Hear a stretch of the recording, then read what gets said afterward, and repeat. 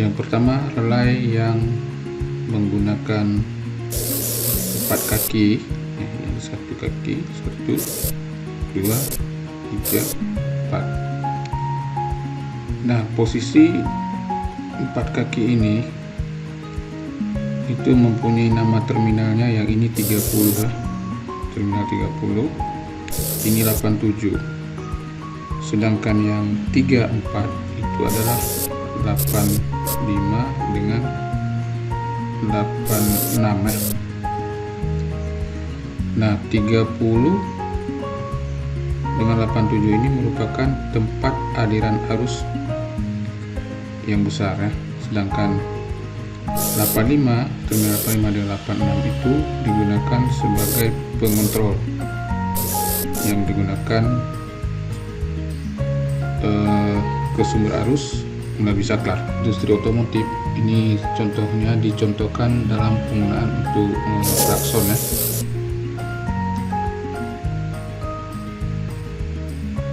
Dia untuk menyuplai arus ke klakson itu menggunakan relay, dimana di relay ini ada kaki 30, 87, 85, 86. Oke, sekarang kita lihat rangkaiannya. Sebagaimana saya katakan sebelumnya bahwa 30 dengan 87 ini dia menyuplai arus besar, dimana di dalam relay ini nanti ada semacam kontak yang bekerja secara otomatis berdasarkan kemagnetan ya, yang dihubungkan ke terminal 30 ke terminal 85, 86, 30, 87. Nah, dari baterai ini dihubungkan ke terminal 30 melalui sebuah sekring. Kemudian dari 80 ini dari 30 nanti dia akan terputus, di dalamnya ada relay, dia akan tersambung secara otomatis. Outputnya ini ke 87 ke beban ya. Sedangkan 86 ini itu ke massa atau ke negatif ya, di sana.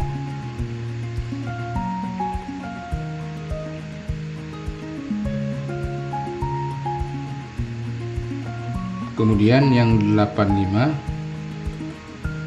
itu kemana? Ke saklar ya.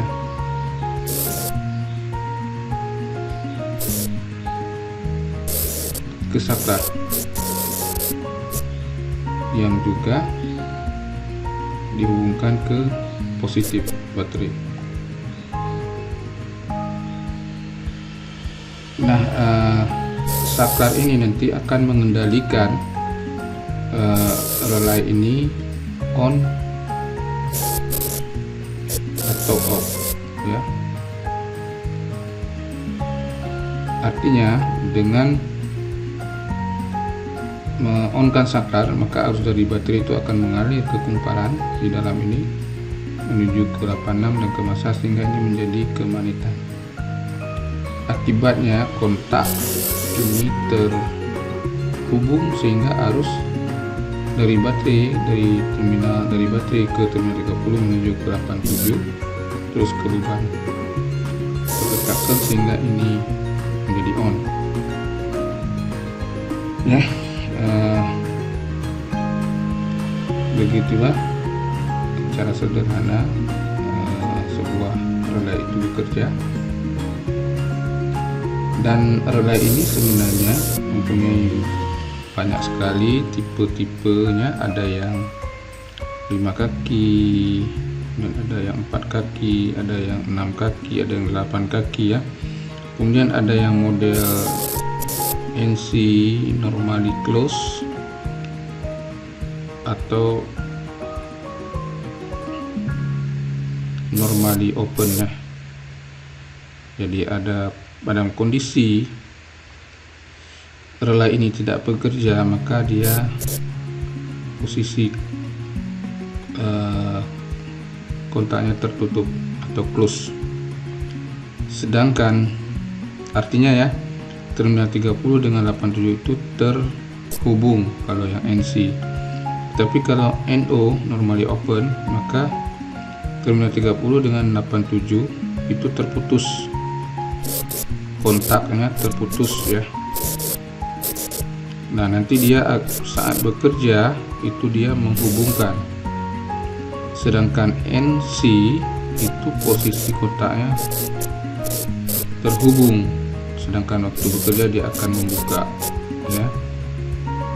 Itulah beda antara relay NC dan NO ya, normally close atau normally open. Nah, ini harus kita bedakan saat kita membelinya. Akan tetapi dalam dunia otomotif, relay ini itu biasanya adalah normally open ya.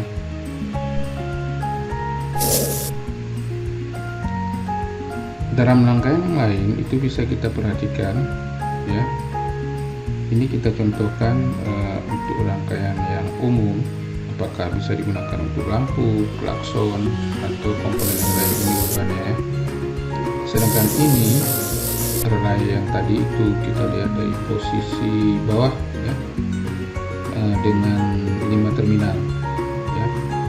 Sebenarnya 5 terminal ini adalah di terminal 87 nya menjadi 87 dengan 87B ya. Sedangkan 85 dengan 86 dengan 30 tetap sama. Jadi kalau kita lihat sumber arus baterai, ini ada baterai positif negatif itu 85. Kalau 85 itu dihubungkan ke massa atau ke negatif baterai, maka 86 itu akan dihubungkan ke saklar menuju ke terminal negatif, terminal positif baterai melalui skring ya. Jadi fungsinya adalah untuk menyalurkan arus listrik ke relay, ke kumparan relay, sehingga nanti dia akan terjadi kemagnetan. Saat sudah terjadi kemagnetan, maka dia akan menghubungkan terminal 30 dengan terminal 87 ya, sehingga arus dari baterai yang masuk kemari nanti ada juga fuse atau skring masuk kemari, dia akan terhubung ke terminal 87, terminal 30 dan ke beban, ke lampu atau ke klakson atau yang lainnya. Jadi dalam kondisi rangkaian seperti ini, dia menggunakan 2 fuse ya, fuse untuk saklar dan fuse untuk beban yang memasuki relay. Jadi kadang-kadang di mobil itu kita mendapati ada 2 skring, kemudian ditambah dengan relay dalam beberapa komponen seperti fog lamp ya, lampu besar atau bahkan klakson. Oke, ini sebagai tambahannya, kita akan lanjut ke materi yang lainnya. Baik, kita lanjut ke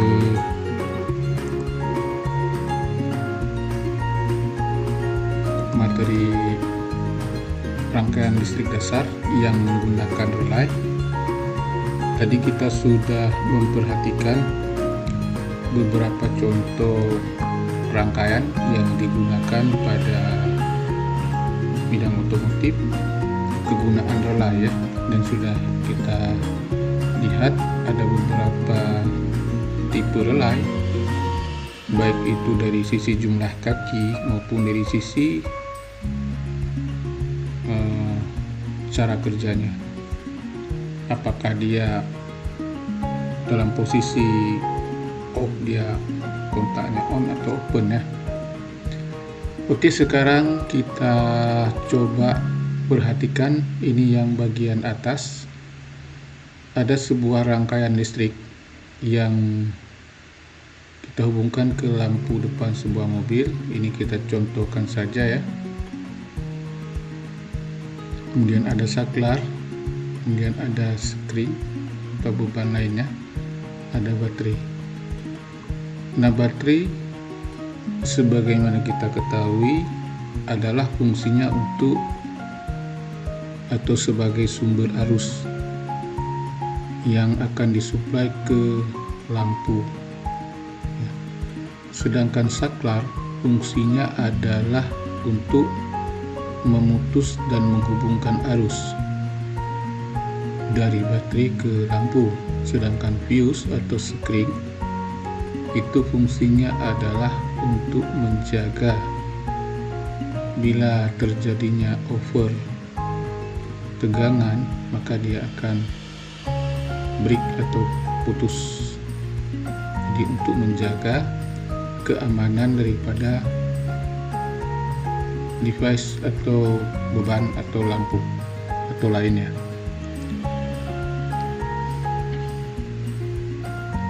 Oke, kita coba jalankan.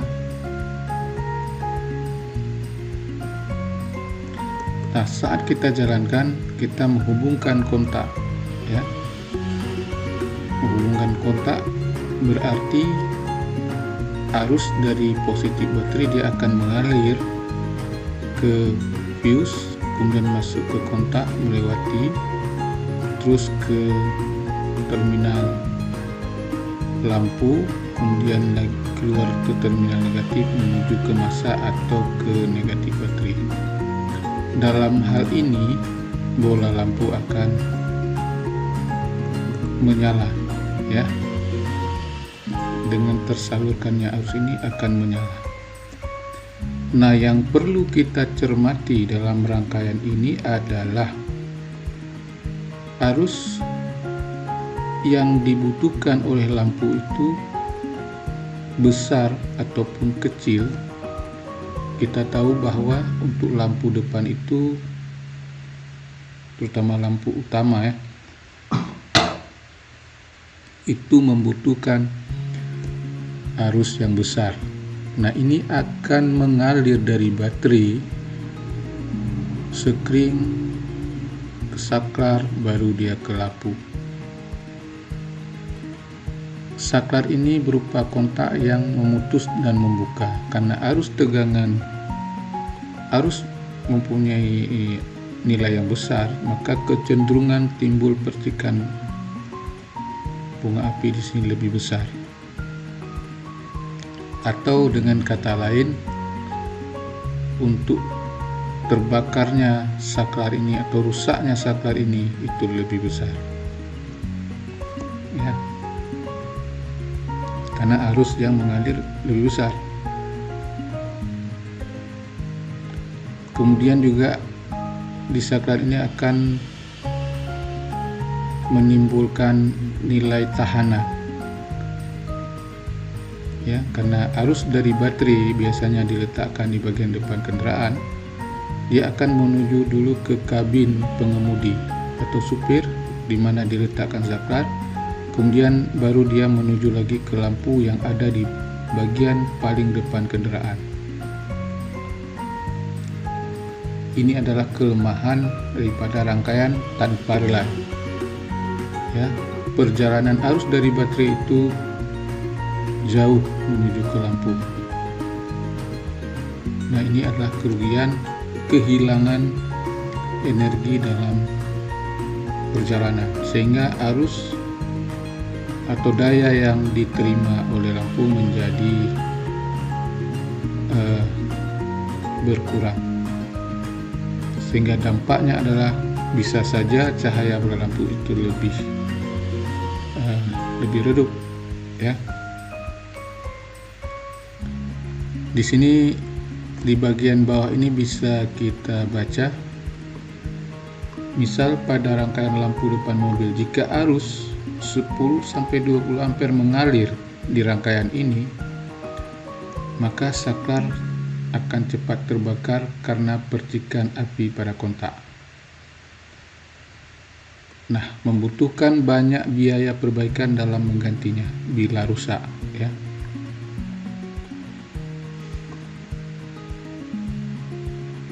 Kemudian bagian bawah ini adalah rangkaian kelistrikan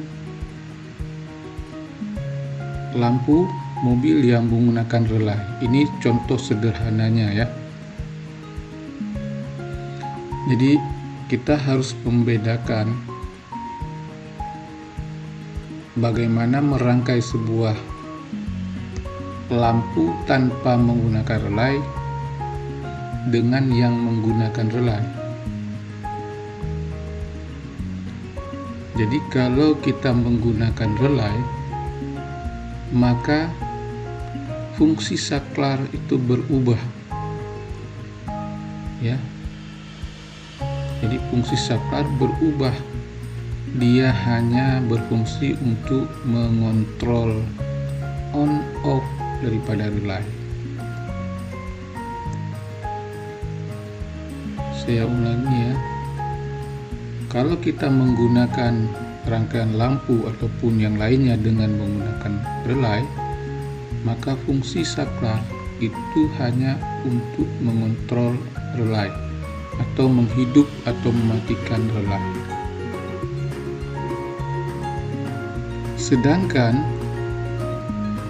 arus yang dibutuhkan lampu itu dikontrol oleh relay ya.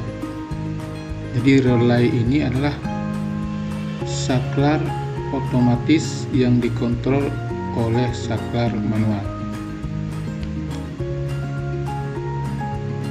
Jadi fungsinya sama aja, tapi rangkaiannya lebih rumit. Jadi apa sih istimewanya? Nah, ini yang menjadi kenapa ini harus dilakukan ya. Tentu karena banyak kelebihannya dibandingkan tanpa menggunakan relay. Yang pertama, arus yang dibutuhkan untuk menggerakkan atau menghidupkan relay itu tidak sebesar arus yang dibutuhkan pada bola lampu. Jadi otomatis di saklar ini hanya mengalir arus sekitar 1/10 atau tergantung saklarnya ya.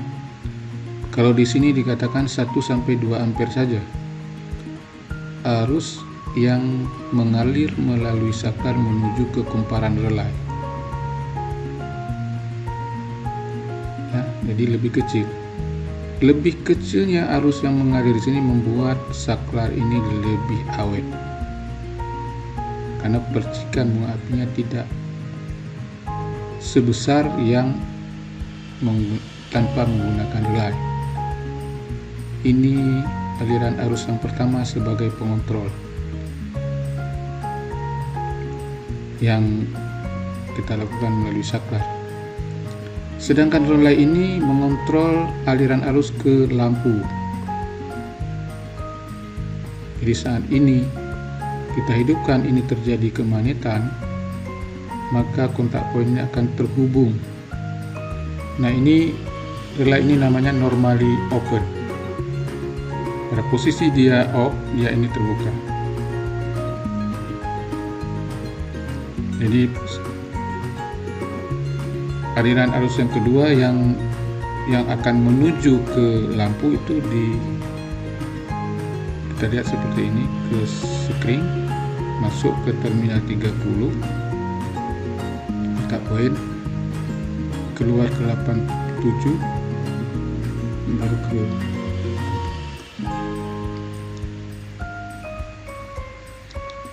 relay. Posisinya di depan, baterai posisinya di depan, lampu posisinya di depan.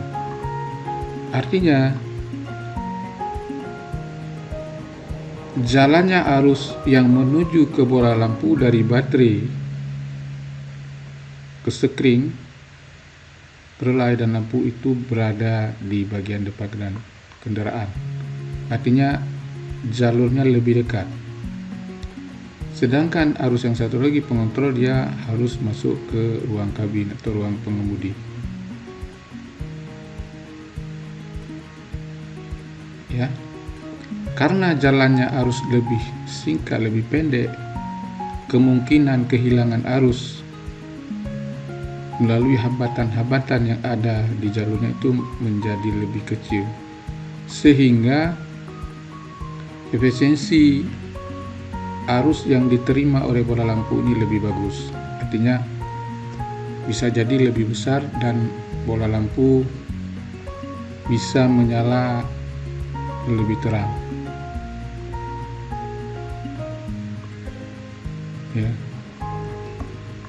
Sekarang kita lihat bagaimana cara kerjanya. Nah, ini yang pertama sekali bekerja, menghidupkan relay. Yang kedua baru terjadinya pengiriman arus ke lampu.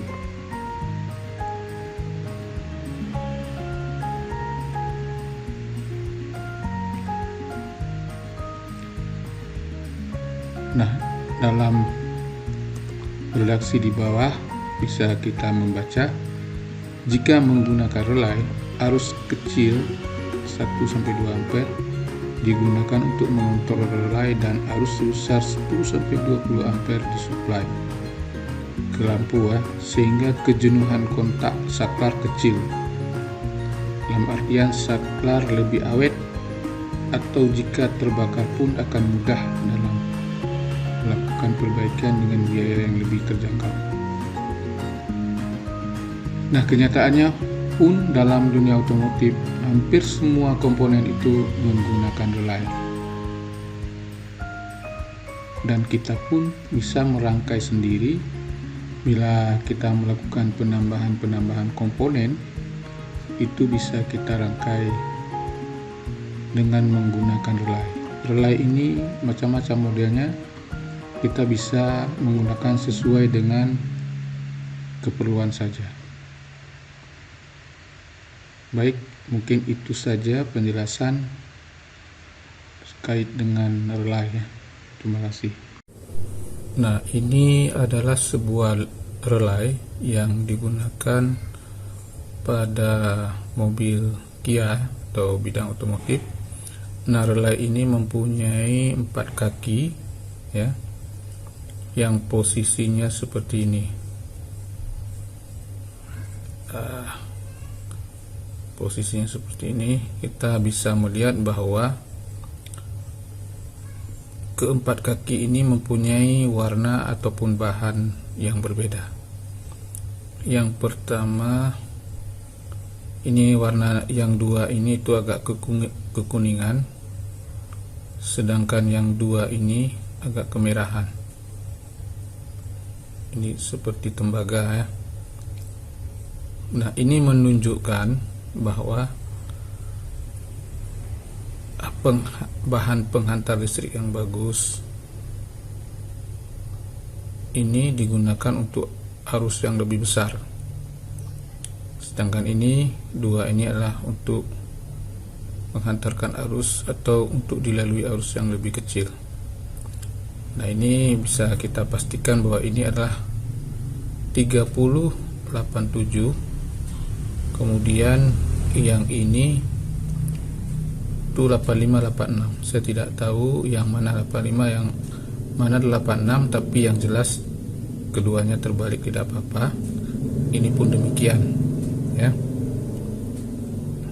karena 85 dengan 86 itu nanti akan terhubung dengan kumparan di dalamnya ya, sedangkan ini dua ini akan terhubung dengan kontak poin yang terputus ya. Artinya ini tipe relay normally open, di mana kedua terminal antara 30 dan 87 itu terputus dalam kondisi mati, dan dalam kondisi on dia akan terhubung, sedangkan ini terhubung dengan kumparan. Nah, ini kalau ini nanti terhubung dengan kumparan, berarti kalau saat kita ukur dengan multitester atau alat ukur, dia akan terhubung seharusnya, sedangkan ini adalah terputus. Nah, kalau yang ini tidak terhubung atau terputus, maka itu kita pastikan relay ini sudah rusak ya. sedangkan ini memang kondisinya harus terputus. Oke, kita ambil multitester, kita posisikan di ohmmeter. Ini negatif, ini positif, ini negatif, ini posisi di ohmmeter. Kemudian bila perlu kita kalibrasi. Kebetulan ini udah kurang bagus ya, bagus posisinya cuma di sini. Udah kita set ke 0. Nah, coba kita ukur antara terminal 30 dengan 87. Tidak ada hubungan. Kemudian terminal 86 5 ada hubungan, tetapi dengan nilai tahanan yang besar ya. Nah, kemungkinan ini kumparannya sudah terputus, sedangkan nilai tahanan ini mungkin dari komponen elektronik yang lain ya.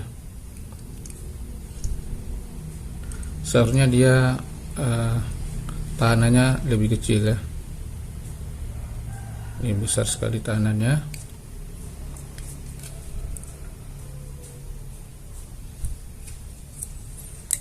Oke, sekarang kita coba buka, kita perhatikan apa saja komponen di dalamnya, guys.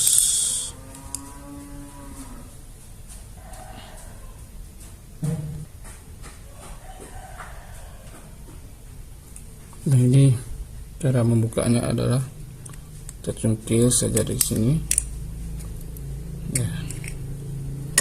Nah, ini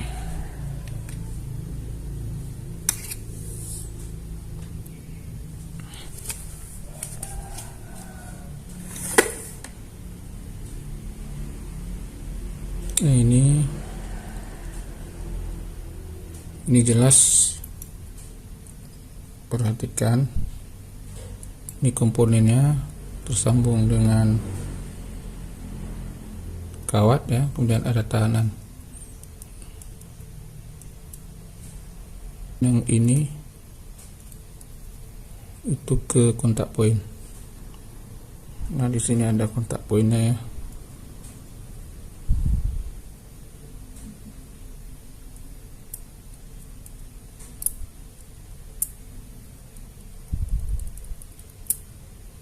Nah, ini kontak poin yang ini. Ini kabelnya sudah putus ya, ini udah rusak. Kita masukin lagi.